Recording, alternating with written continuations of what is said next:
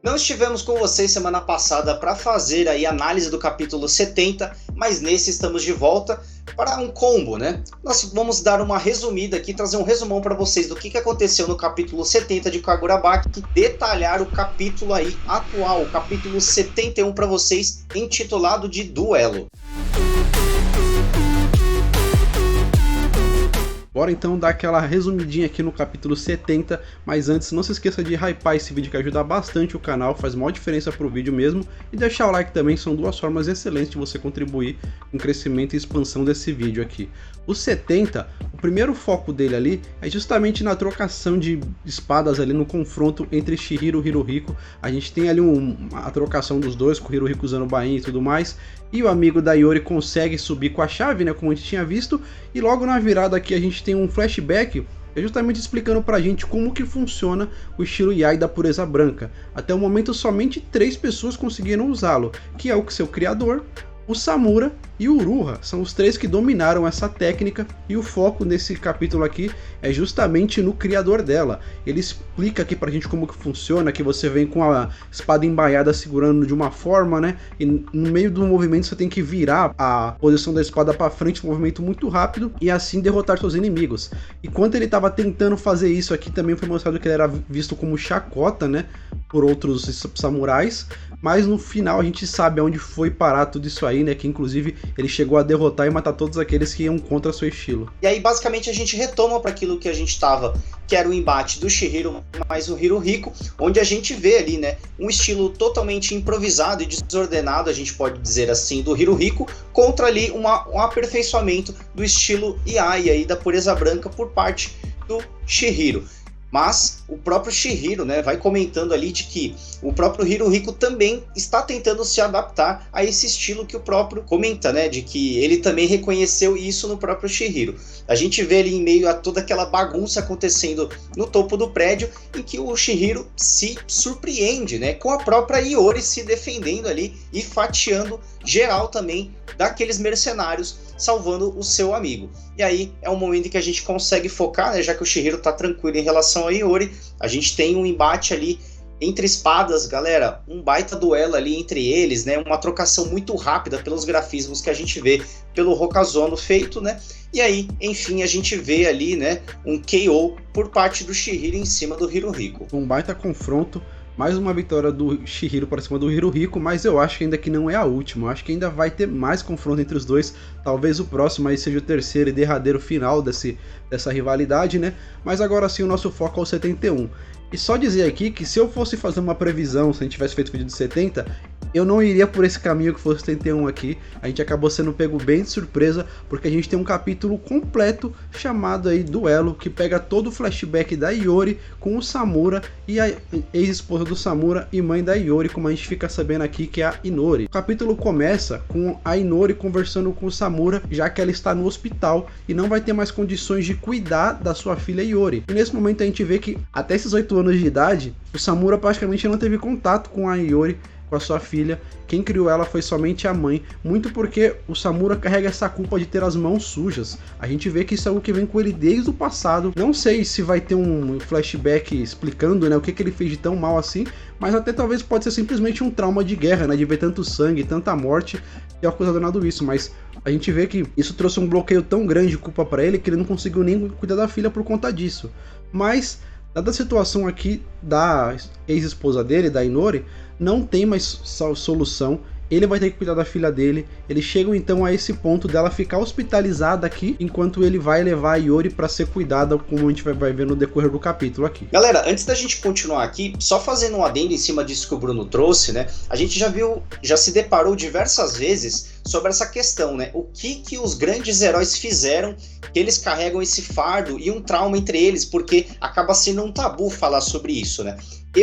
Partindo do pressuposto mais ou menos do que a gente vê muitas vezes em guerras, algo que às vezes deixa marcante, né, sobre isso, e até para quem sobrevive acaba não se considerando o herói, muitas vezes a questão da morte de inocentes. Então o meu palpite para que isso, né, esse tabu, isso que eles não falam, e tanto Shiba quanto o próprio Samura, dentre os outros, entre os grandes heróis aí, os portadores, né, os pactuados das Yontous, o meu palpite é para isso, galera. Eu tô apostando de que a gente vai ter um flashback sobre isso em algum momento, e isso vai ser revelado, principalmente porque o próprio Chihiro já questionou isso, né, e a gente acabou não tendo a resposta por parte do Shiba ali. Mas eu acho que em algum momento a gente vai trazer, e eu acho que deve ter algo em relação a isso, sabe? Um grande poder, e aí que acabou dizimando não só inimigos, mas talvez inocentes. Mas já retomando aqui, galera, do gancho que o Bruno tirou, né? No momento em que a gente vê ali num dojo bem legal, né? O Samura levando a sua filha, é meio que como se fosse assim, né? O dia do pai levar o filho pro trabalho. Então foi bem bacana.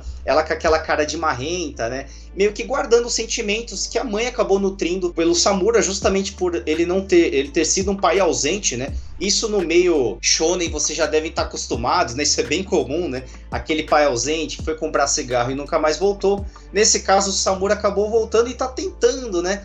Pela necessidade ali, reconciliar a sua rotina, né? E tentando trazer a Iori mais pra perto. Eu acho que muito provável pelo momento que eu tô vivendo aqui da minha vida, mas esse é um capítulo que mexeu muito comigo. Eu fiquei emocionado, não nesse começo aqui, mas conforme o capítulo vai decorrendo, vai andando aqui. Até porque a gente tem logo na sequência aqui, depois do dojo, uma cena de uma conversa, né, da Inori com a Iori, quando a Iori pergunta, né, pra sua mãe, você vai voltar logo pra casa, tal, e ela fala, claro, vou derrotar essa doença malvada rapidinho. Aí aqui a gente já começa a sacar, né, o rumo triste que essa história vai tomar, e já começa a mexer um pouco com a gente, mas todo esse desenvolvimento aqui, da evolução dela treinando, eu achei muito inteligente eles não focarem no treino de combate dela, porque assim, não precisa. A partir do momento que você mostra essa serinha aqui dela com uma espada de bambu na mão e o Samura ajudando ela, você entende, o Samura é um gênio da espada, né? Ela ficou treinando um tempão com ele e aprimorou, mas o flashback ser focado mesmo pra evolução dos dois, do relacionamento, da construção, foi algo muito incrível mesmo. Até que a gente chega num denominador comum entre eles, que é o de cozinhar. Pelo menos a gente acha que é isso, né?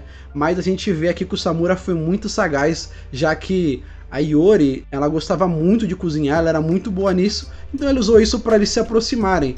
E começou a fazer ali meio que uma competição dos dois, né, pra ver quem fazia a melhor comida pra mãe, até que chegou num ponto de que eles meio que acabaram se ajudando e montaram um prato juntos e foram entregar pra mãe lá no hospital. E aí esse momento familiar, acho que acabou sendo muito marcante, né, galera, porque justamente essa ausência dessa figura paterna ali, que a Iori sempre prezou, né, ela sempre quis, até a própria mãe dela exigia do Samura isso, né, então foi um momento muito bonito ali, um momento bem legal, e aí já começa a entrar naquilo que o Bruno falou, né, eu também já estava pressentindo, né, a gente tinha algumas dúvidas e teorias em relação ao que tinha acontecido com a mãe da Iori, vulgo esposa do Samura também, né, mas tudo ali foi sendo construído e culminando aquilo que a gente meio que já imaginava, né, na sequência em que a gente vê elas felizes, depois a gente vê uns quadros ali mais sentimentais, tanto do Samura quanto da Iori, até um último quadro que a gente vê da Inori se despedindo, e no seguinte a gente já vê um quadro ali, né, de memórias póstumas da mãe. Na sequência, né, não tem como não se afeiçoar a eles, né, ficar emotivo, porque o próprio Samura ali faz uma expressão ali muito triste, né, meio que segurando o choro, todos eles muito tristes, e aí é um momento que a gente tem um pouco de troca de diálogos dele, né? Eles recordando também um pouquinho, né, dos momentos que eles tiveram, essa própria ausência que ele teve, né? Isso foi sentido muito por parte dele, e a gente já vai entendendo um pouquinho dos gatilhos aí do porquê foi optado aí em si pelo selo, né? Em que isso acabou anulando completamente a memória de ambos. E tem que bater palma aqui para como o Takeru Rokazone é um grande quadrinista, porque nesse passar de quadros aqui, ele consegue transmitir emoção, desde o momento que ela tá no hospital, aí vem aquele quadro preto simbolizando o luto, aí vem para aquela foto no cerimônia de sepultamento e velório dela, né?